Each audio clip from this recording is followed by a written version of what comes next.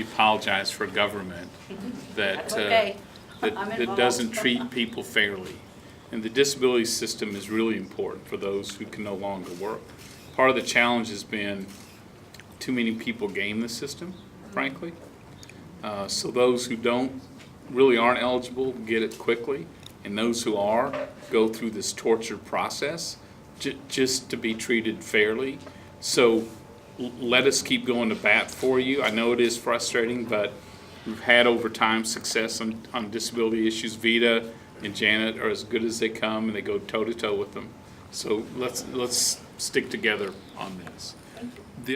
It's nearly bankrupt. Next year, its main trust fund that funds it technically goes broke, and Congress keeps putting it off. The solution, they don't want to tackle it.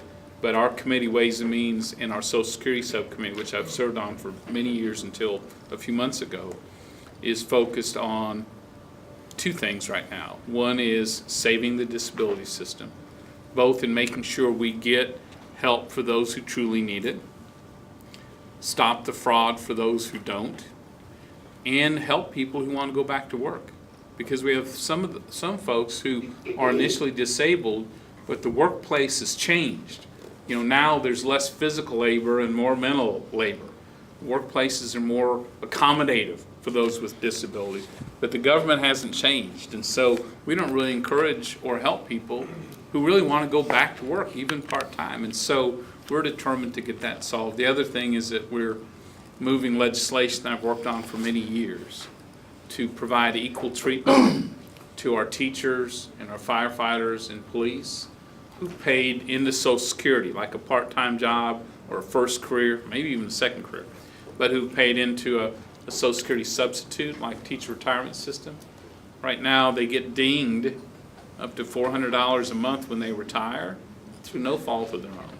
And so we've introduced legislation that we help work with the the Association of Texas Professional Educators, Texas Retired Teachers, our firefighters and police, that repeals that provision that docks them and bases it on their real life contributions. And the result is, you know, we restore Social Security benefits to people who've earned them.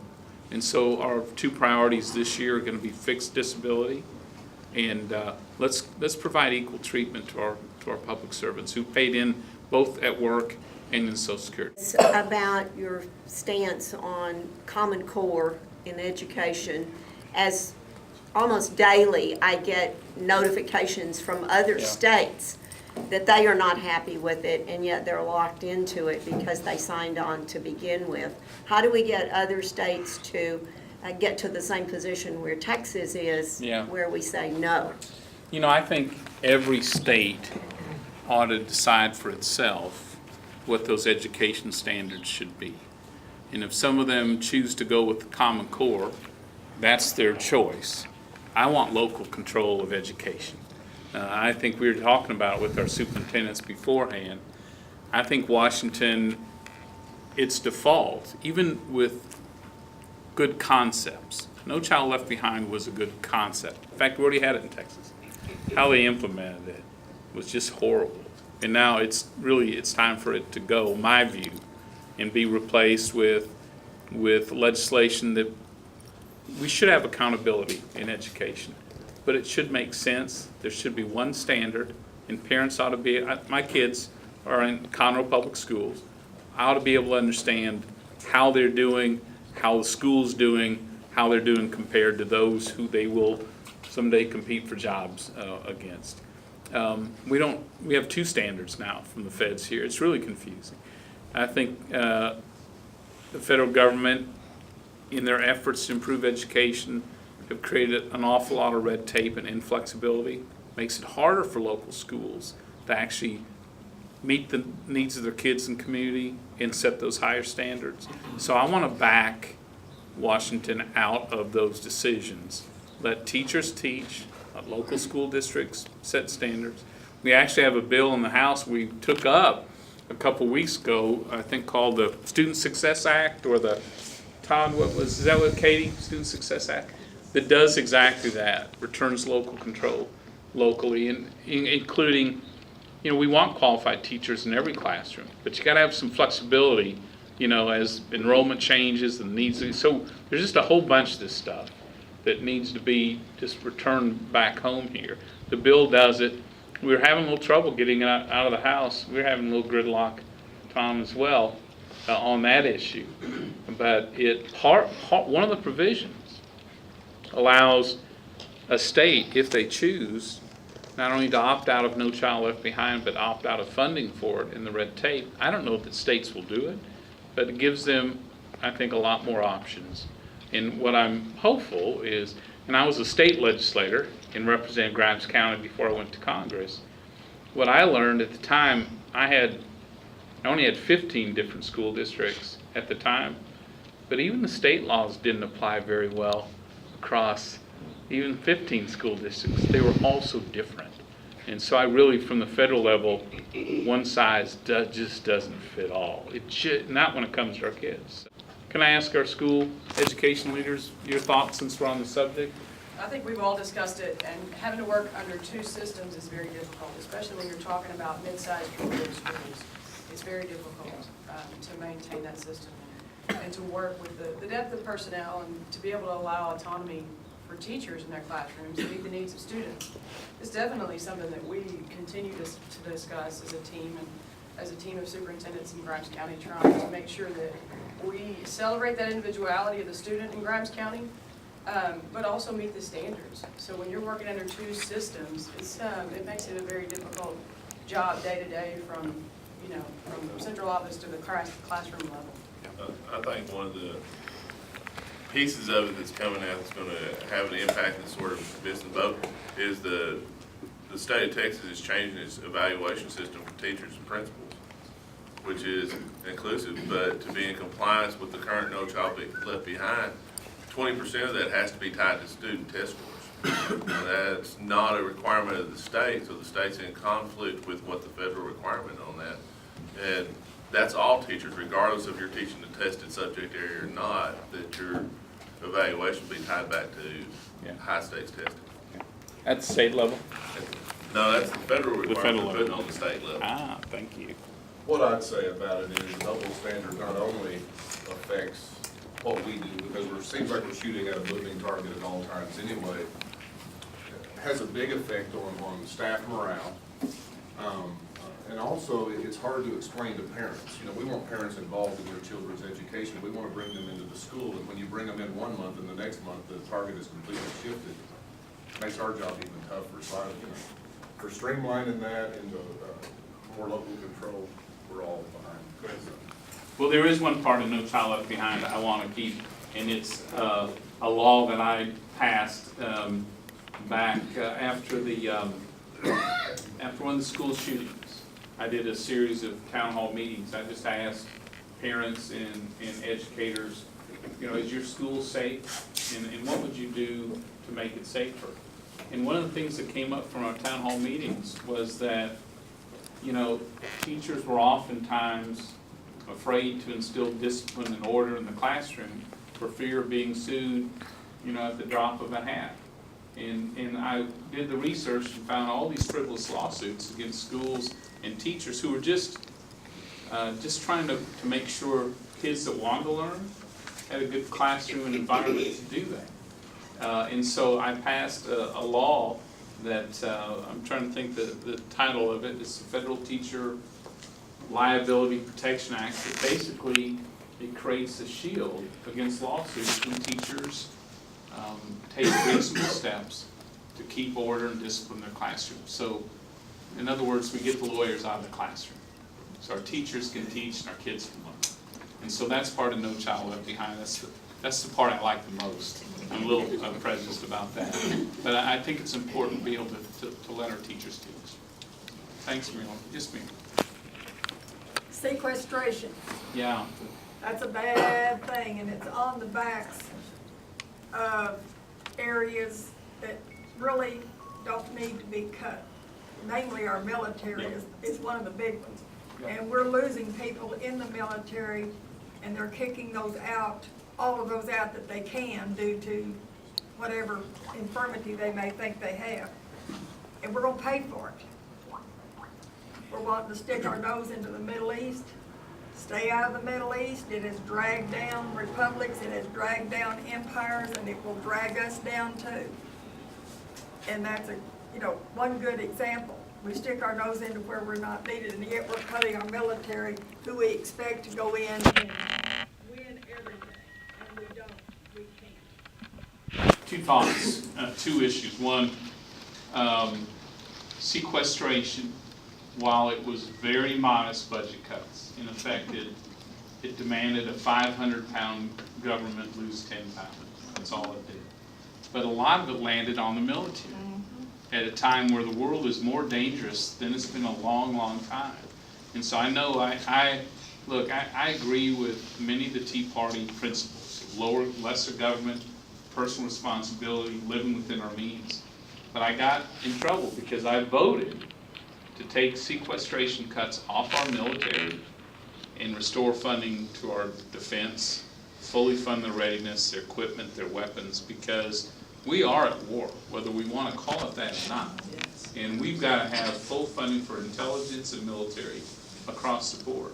And I'll just give fair warning, I'm going to vote to do that again here in another month or so, because this is not the time to hollow out our military or our intelligence. By the way, in these days, they're hand in glove. I mean, you've got to do it. Yes, ma'am. That's one of the problems. Every year this comes up, and you have to vote to not put in sequestration or to enact it. And that's not right. Everybody has to live on pins and needles wondering what you folks in DC are going to do. I'm hopeful we can get away from that drama and fully fund the military for the long term. And we can shift permanently sequester off of our defense. Are there savings in the Pentagon? Absolutely. You know, the way we buy things over there, they waste money, and that's where I want to focus. I'm getting a better bang for the buck. But on the second question, you're right, America can't be the policeman for the world. But ISIS is not going away. If America says, no thanks, we don't want to engage. They are the most brutal, well-financed, well-militarized terrorist threat we have ever faced. They're not going away. In these videos you see, of the beheadings, burning that Jordanian pilot alive, of the Christian beheading, all of those, that isn't a message to you or me. Those are recruiting videos in the Middle East for young people. They are recruiting 10 and 11 and 12 and 13-year-olds long term for their vision. And so and we have a few in Washington who think, let's just not engage it and they'll stop. But they've made it very clear they are not going to. And so I'd rather take them on over there than wait for them to land here. And to do it, we're going to have to be a heck of a lot more aggressive than we are today. And if anyone tells you, even as we help other troops in other countries finally in the Middle East engage, finally they're engaged. But we're going to have to, some of our troops are going to have to be embedded with those foreign troops to make sure they get the job done. So anyone who says we can do this just by flying missions, I don't think it's leveling with you. So what do you think? You can't. You can't do it just by flying missions, and a lot of times you can't do it by embedding the troops. The Iraqi troops are a case in point. They're absolutely keystone cops. And we spent millions of dollars and thousands of lives training those sorry SOBs, and they can't fight their way out of a paper bag. Unless we have support from the Arab states, which that's where this is basically going on, they ought to take the lead, not us. I agree with that. Clean their own The first house up part, I have first. to tell you, I think we left Iraq too soon. And We shouldn't have been in gave Iraq up in the the first gains. place. Well, we disagree on that. But today, we're going to have to take this threat on in a serious way and win it. And the President's asked for authorization to use force. It's a long, convoluted request for this and that. I want a two-sentence request for force. One, we defeat ISIS wherever it exists in the world and destroy it. Secondly, our military doesn't fight with one hand tied behind its back. Because unless we're gonna back them, 110%, we don't send them at all. Do y'all agree with that? Yes. Yes, ma'am. Good to see you again. Hi, how you doing? I have two questions. Are they easy ones, or? Oh, just give me a hint. Okay, and they're two different ones, and maybe they're even tied together in a way. The president just signed an executive order against Venezuela. What's that all about when you have Russia, who's doing whatever they want to, but he can restrict Venezuela but not Yeah. do anything to restrict Russia? You know, I have to tell you, for the last 3 weeks, I've spent almost my entire days, it seems, on trying to find a permanent solution to how we reimburse doctors and Medicare. Big problem. We have a deadline here in a couple of weeks. So tell me about the Venezuela order. What exactly did he do? They put sanctions on them because all of a sudden he says that they're a danger and they're terrorists. Well, come on now. We have Syria, we have Russia that does whatever they want to. But yet still, we cannot put any sanctions against them. How do you pick somebody like Venezuela? Why does he keep throwing up these smoke screens? I think it's a distraction. Yeah. Here, look over here. Yes. Don't look at Russia, which is not true. Russia's not true where they're going. Again, for our younger people, the threat of Russia is long-term. You know, where they go, they're not stopping at where they're at. There's no question about it. The only question is, what are they going to do next? They've decided America and the rest of the world are paper tigers. You know, put up a good talk, but in the end, we're not going to stop them. And so, long-term, how Russia tries to rebuild its promise in the world will ultimately be a threat to the next generation, which is why, to your point, we got to address it now. So, and we got to be smart about it. It doesn't mean nuclear bombs, but we have to be strong about it. And the other one is the 47 senators. Could you expand more on the purpose of that? Them signing the letter? Yeah, I think 47 Republican senators sent out letters to the Ayatollah in Iran, basically pointing out that under our Constitution, unless the Senate ratifies a treaty, it's only good for as long as that president's in the White House. The next president can basically ignore it, can go with it, has a lot of options. So they sent this letter.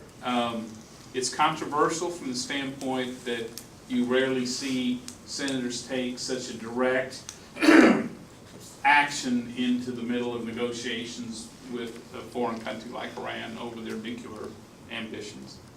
On the other hand, I think it was born out of frustration that the president's not listening to the senators. Both parties, by the way. This is not a partisan thing.